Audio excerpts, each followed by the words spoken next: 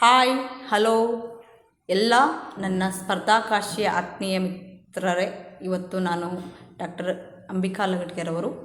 ಆತ್ಮೀಯ ಸ್ಪರ್ಧಾರ್ಥಿಗಳೇ, ಇನ್ನೇನು ಕೆಲವೇ ದಿನಗಳಲ್ಲಿ ಒಂದು ನೇಮಕಾತಿಯ ಒಂದು ಬುಗ್ಗೆಯನ್ನು ಹೇಳಲಿದೆ.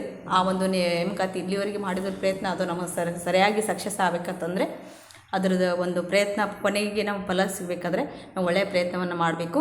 ಆಲ್ರೆಡಿ ನಾವು ಈ ಸ್ಪರ್ಧಾಕಾಶಿ ಒಂದು ಅಕಾಡೆಮಿಯಲ್ಲಿ ಅನೇಕ ವಿಷಯಗಳು, ಅತ್ಯುತ್ತಮವಾದ ಮಾಹಿತಿಗಳನ್ನು ನಿಮಗೆ ಬರ್ತಾ ಇದೆ, ನೀವು ಕೇಳ್ತಾ ಇದ್ದೀರಿ, ನೀವು ಪ್ರಯತ್ನ ಮಾಡ್ತಾ ಇದ್ದೀವಿ. ಈಗ ಕೊನೆಯ ಪ್ರಯತ್ನ ನಮ್ಮ ಬಾಗಿಲಿಗೆ ಬಂದು ನಮಗೆ ಒಂದು ಗುರಿ ಬಂದು ತಡ್ತಾ ಇದೆ. ಆ ಒಂದು ಗುರಿಯನ್ನು ತಲುಪಬೇಕಾದ್ರೆ ಈಗ ದೈಹಿಕ ಶಿಕ್ಷಣದಲ್ಲಿ ಒಟ್ಟು ಗೇಮ್ಗಳ ಬಗ್ಗೆ ಮಾಹಿತಿ ಆಗಿರ್ಬೋದು, ರೂಲ್ಸ್ಗಳ ಬಗ್ಗೆ ಆಗಿರ್ಬೋದು, ಈಗ ಆಲ್ರೆಡಿ ಮತ್ತು